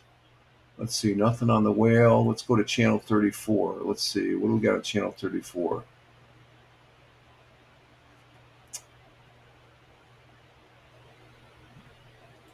Okay, let's see. Is this... Okay, this is an article, OFA, Owego Free Academy. I would have gone to this high school, but I went to high school downstate if we would have stayed in this area. But this OFA history teacher shares knowledge of E.J. Shoe Company, which is a company in Endicott. It got started back at the same time IBM got started in Endicott. EJ was made Endicott Johnson Shoes. Mr. Johnson, the city of Johnson City is named after him, is the founder back in the day there. And this article, let's go ahead. This is on channel 34. This is a little history of the southern tier of upstate New York and stuff. So let's go ahead and play this. A local history enthusiast is sharing his knowledge of the Endicott Johnson Shoe Company with young children in the hopes of preserving the EJ legacy and bringing generations together. The organization Fairy Doors of Broome County and nearby is hosting a children's book reading by Lucas Kaczynski of Maine, New York. Over his 4 years in college, Kaczynski wrote and illustrated EJ's Town, the Endicott Johnson story. The history teacher at Owego Free Academy published the book with the help of the Broome County Historical Society 4 years ago. It contains scenes related to both the massive shoe manufacturing operation as well as EJ's impact on the entire community through its support for libraries, carousels, and public markets. Kaczynski says local history helps young people form a sense of identity and can spur them to want to learn more about their own family history. Right now I've got an IBM children's book in the works. It should be done in the next couple of years as well. So this will be a regular thing in order to preserve, to perpetuate, and really promote the history of the community among young people, to make it accessible, to make it interesting, to make it fun for them. Kaczynski's reading will take place at 5:30 p.m. tomorrow on the front lawn of your home public library on Main Street in Johnson City. It's geared toward children in 2nd, 3rd, and 4th grades. Folks are invited to bring lawn chairs or blankets to the free event, and parents and grandparents are welcome as well. Kaczynski plans to also do a show and tell demonstration using some of these EJ artifacts and memorabilia from his personal collection. In the event of rain, the reading will be moved inside the library. Okay, so Endicott Johnson Shoes is no longer in Endicott. They closed down shop many years ago. I do know my older brother, he worked part-time at Endicott Johnson. It employed a lot of people in the area. It was still here back in the early 70s, and then it closed down. IBM was the other big company in Endicott. IBM was started in Endicott, New York, the birthplace of IBM. Endicott Johnson Shoes, they sort of went out because back, I think it was starting right in the 70s. A lot of that type of work went overseas to like Asia and stuff. So, but Endicott Johnson Shoes was a major company here back in the 20s and 30s, as far as back in the day. And they did a lot of support for the community and stuff like that. So it's nice to see this former student is trying to encapsulate that history in a book format for children, so they know about it. And then it sounds like he's going to do the same type of book for the IBM in Endicott. So that's a good story right there. That's a very good story. I might even buy the book. That sounds like a very interesting book to buy. Let's see, what else do we have on WBNG? Anything?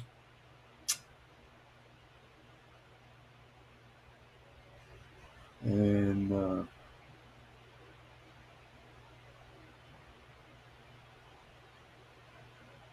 let's see, we have, what's this one? Let's see what this one's about. This is on channel, we're still on channel 34. This is talking about a mural in Johnson City influenced by architecture of the area. Let's see what this one's about. And get that one going. A fresh coat of paint with a new mural. Designed by Danae Brisonnet, the mural features several items and creatures, including plants, birds, shoes, and insects. The design of the painting was influenced by the architecture of the area. This is her second mural in Broome County, following the Carousel Head mural in downtown Binghamton. Brisonnet says that she dove into the culture of the area to create meaning behind the paint, hoping to connect with local residents through her project. Almost flabbergasted how good and how like uplifting people were, and like really good comment through the whole week we've been here. So we've been at it a week. It's gonna take, at final we'll have to take 2 weeks, but it's been fantastic. People have been super supportive and really sweet. The project was a collaboration between the Broome County Arts Council and the Broome County Department of Planning and Economic Development. The mural is located at 214 Main Street and was completed Saturday, June. Okay, so there's a big mural in Johnson City to brighten up a certain area of. I'm not. That was sort of a very thick nose piercing there. Just like, wow. Okay, but anyway, that's the artist's mural there. That's a lot of good artwork here in the southern tier of upstate New York. As far as that goes. And let's see what else we got here on. I think there's another article here. Let's see. There's another article. It's about first responders. Let's see what this one is about. First responders. Let's see. First responders receive a grant to continue Broome County resident safety. It's always good. This is from West Corners. You know, it's always good to make sure the first responders are taken care of as far as money wise, so they can perform to do their service for the I closed that out. Let me I gotta bring that back up again here. Let's see, here we go. Receive a grant to continue to keep Broome County residents safe. Yeah, we know that. I gotta bring it up here, guy. Wait, just stand by for a second. Here we go. Let's see what this has to say now. Local first responders receive a grant to continue to keep Broome County residents safe. A $20,000 grant from the Small Community Fund was awarded to provide local firefighters with up-to-date gear so that they can continue to aid the community. Broome County Executive Jason Garner, alongside the West Corners Fire District, announced the grant to improve the safety and readiness of our first responders. The Small Community Fund was established in 2018 to aid community improvement within the county.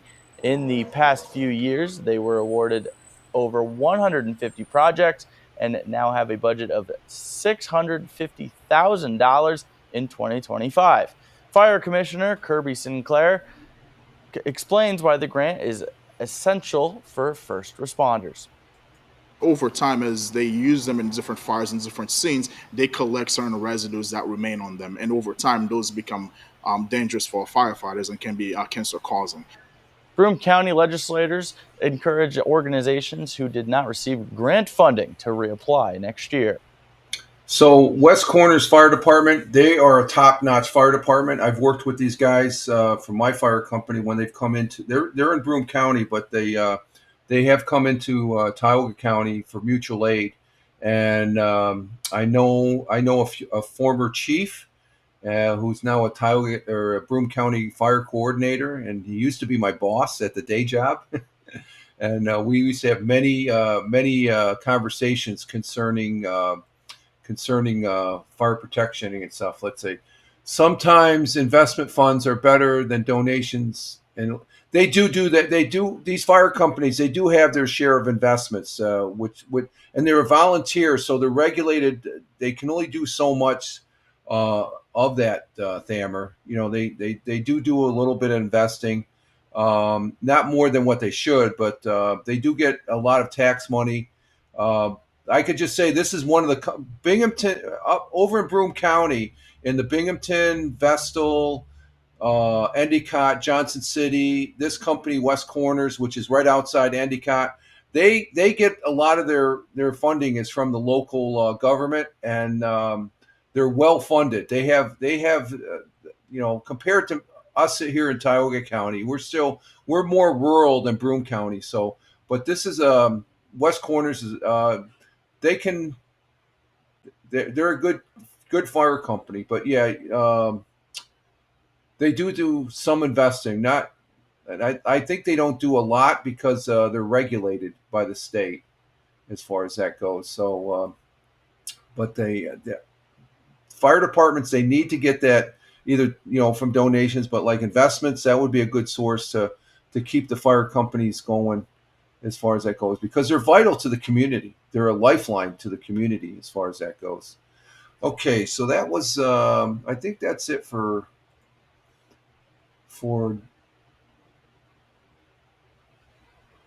channel 34 there.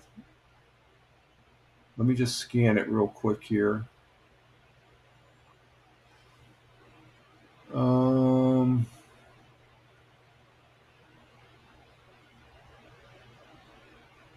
It's Sports Illustrated. Okay, we're gonna go to WENY. That's the WENY is a channel out there in Elmira, New York. That's just to the west of us here.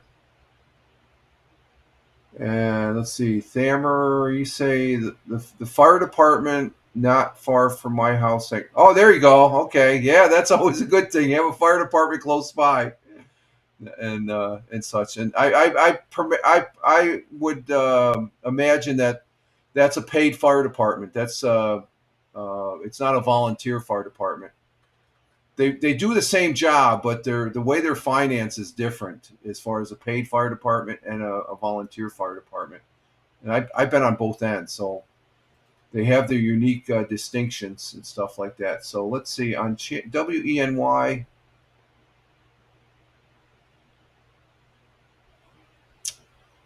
I'm not seeing anything over there that's popping out.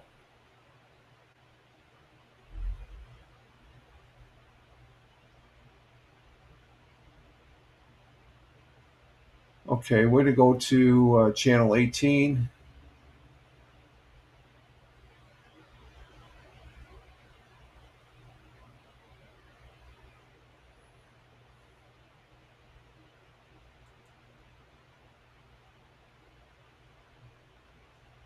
Okay, we're going to get an update on our weather here from channel 18, WETM 18 Storm News.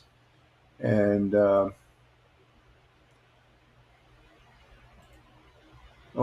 that's the wrong one. Yep, just hang on there, girl. Hang on. We'll get to you. We'll bring it up. This is an update on the weather. We're supposed to get cooler temperatures and stuff like that. So this is from WETM NBC Channel 18 out of Elmira. Good morning, Jenny. So good morning, Twitteers. We're starting off our day real nice today. Look at this beautiful sunrise with temperatures in the low 70s. This is actually the warmest we've been all morning for all week. So the warmest morning we've had with low 70s across the board, 73 degrees in Hornell. But we are going to heat back up today, and not as much as we have been these past couple of days. High pressure still in control this morning, but you can see all the heat alerts I've pushed out of our region as we get ready for this low pressure system to move in. And this will be the story as we head into the end of our week. I'll tell you that transition from high to low pressure may allow for a stronger thunderstorm to develop by the afternoon, especially with all the heat that we'll be getting during the start of our day as well. But until then, we're mostly sunny this morning, and temperatures in the upper 80s will actually feel closer to the low 90s due to that sunshine and that humidity. But tonight, again, those showers will gradually be moving through, then tapering off by about dinner time. Lows tonight behind our cool front dip into the mid 60s. So we'll get a little bit of relief, just a little, from the heat that we've seen. And then we'll get even more as we head into the end of our work week with low 80s, upper 70s in store.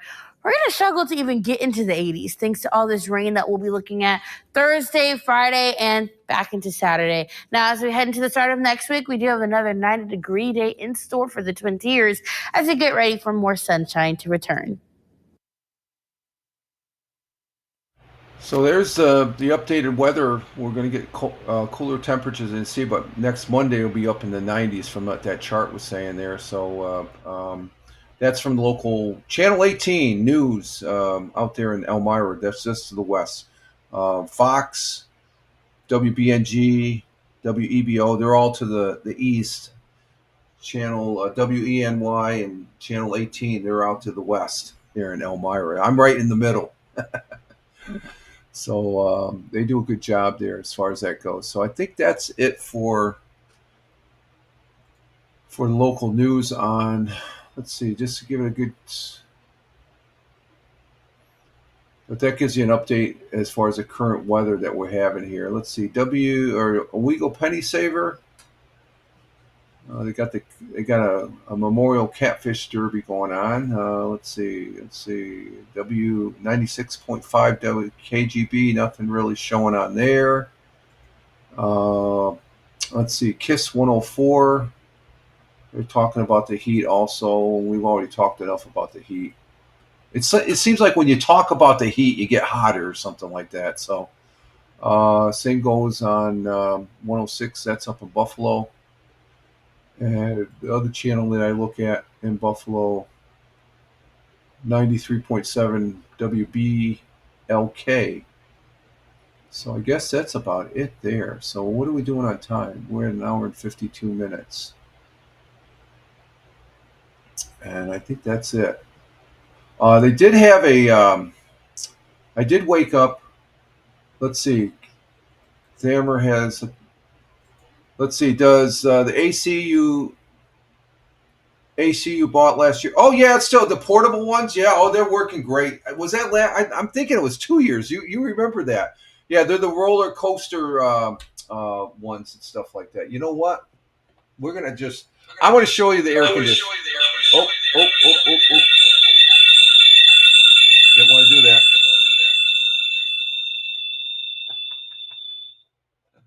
Okay, here we go. We're gonna go ahead. We're gonna go mobile here for you, Thammer. I want to show you the air conditioner. I don't think we ever showed you the air conditioner. Let's go ahead and show you the air conditioners and stuff. So we're gonna go mobile here. So I had to take this out here. So let me bring this up, and just bear with me.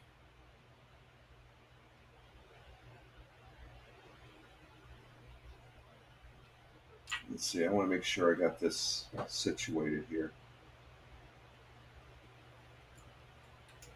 Okay, let's see. Can you hear me? Can you hear me? Yeah, okay. You can hear me. Okay, I'm turning off the computer. Testing 1, 2, 3, 4. Okay. All right. I can take this off. You can hear me. You can hear me all right and stuff. So let's get the camera. There's a camera right there. We'll shut off the computer camera. Ooh, get back here. All right, we're going to go ahead and take a little walk here and show Thammer the air conditioners. Here we go. This is the back room. Let me turn this around. Give you an idea. How do I do that? Okay, there it is. Let's see. Okay, let's see. Flip camera.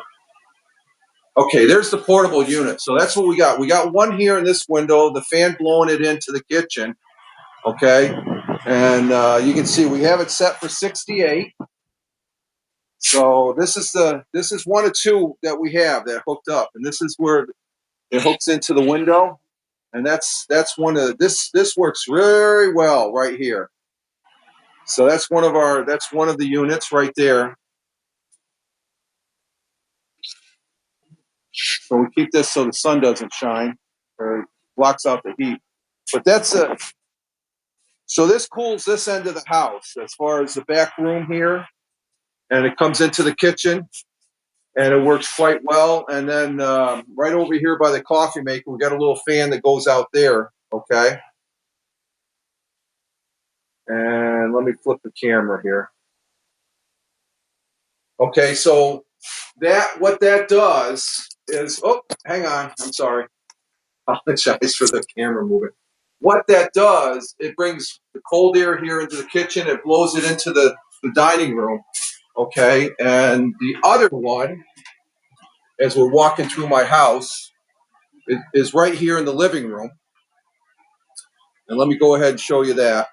And Thamer's saying, I assume that cools. Oh yeah, that's one out in the front, the back room, and then we have one out here.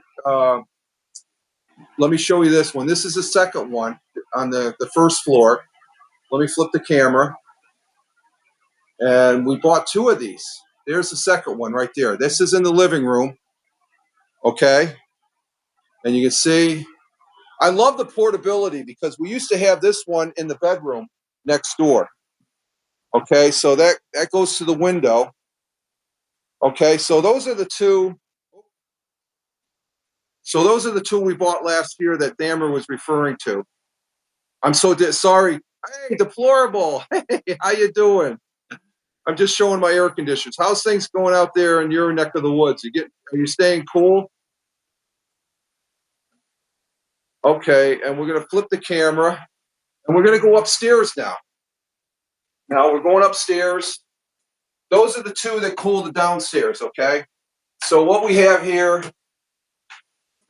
Upstairs, we got two bedrooms, and these aren't on, so it's not that hot. It's a little warm, but it's not cool. But this is one of the bedrooms.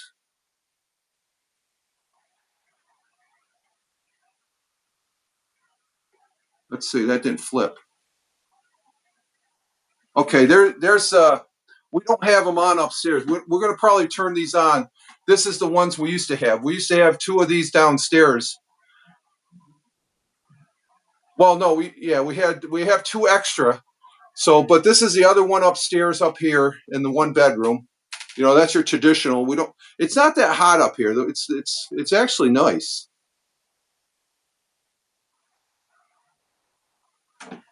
And then we have one here in the second bedroom. I don't know how this is going to, let's see how this looks.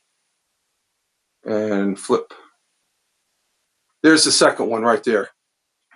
And the ones upstairs here, they're not on. We got the shades on. It's actually not too bad up here as far as that goes. So there's the air conditioning. We'll be turning these on here in a little bit. But downstairs, we turn them on early to keep things cool as far as that goes. And so we're going back downstairs. It's a lot cooler down here than upstairs. But upstairs, not that bad. But we'll be turning those on as far as that goes. And we're going to be walking back to the computer desk now. So get a little tour of the house with the air conditioners and stuff. Oh, what's going on here? Hang on for a minute. What happened here? I'm watching myself on Rumble. We got 4 people on Rumble. Thank you very much. Okay. Okay, so let's switch this back. I'm going to turn the mic off.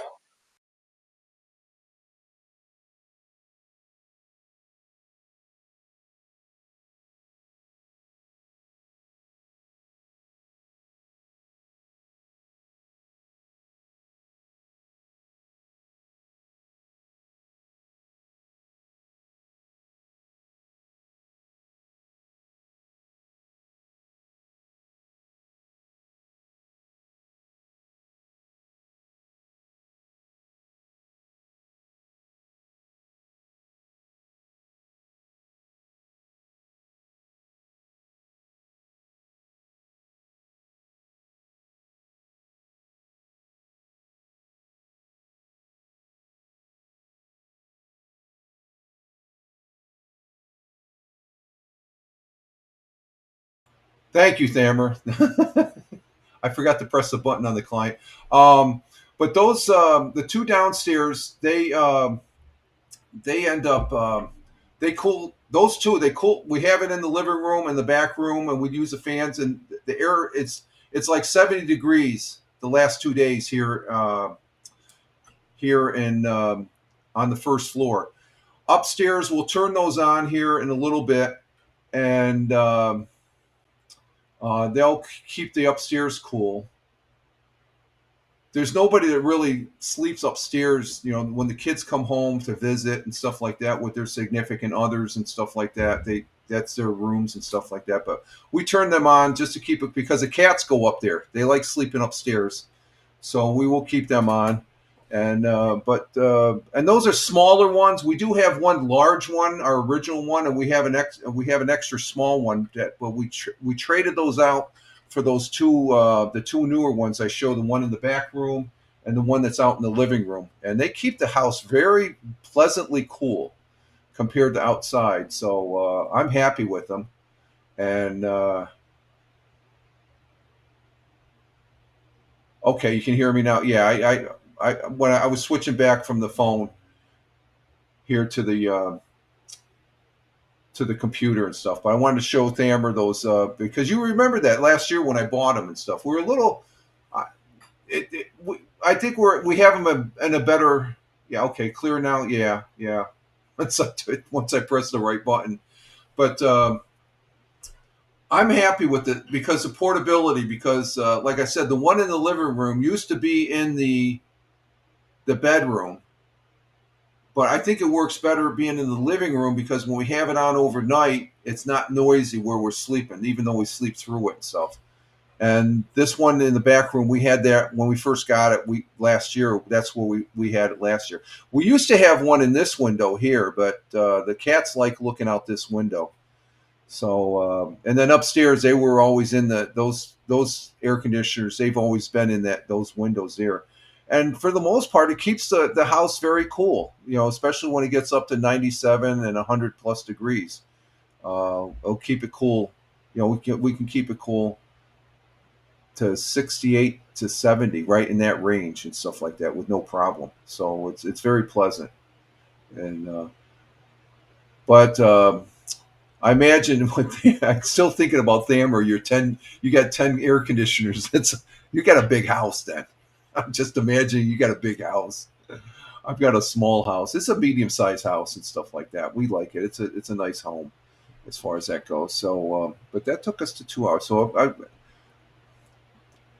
I think that's about it, though, as far as just to show that last part there, as far as the thing. So we got to stay cool. We got cooler temperatures coming, and we got blue sky out there right now.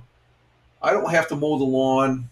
I guess I'm going to be, from what the missus, if you weren't here, Deploy. The missus says we're going to BJ's. That's the box store up there at the Oakdale Commons today. I said, yeah, I'm game to go.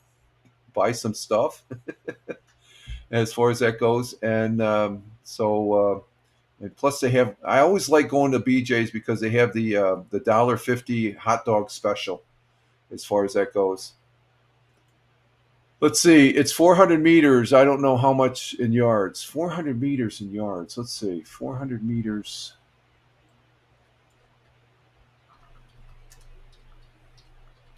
$400 meters in yards. Oh, that's how big the house is.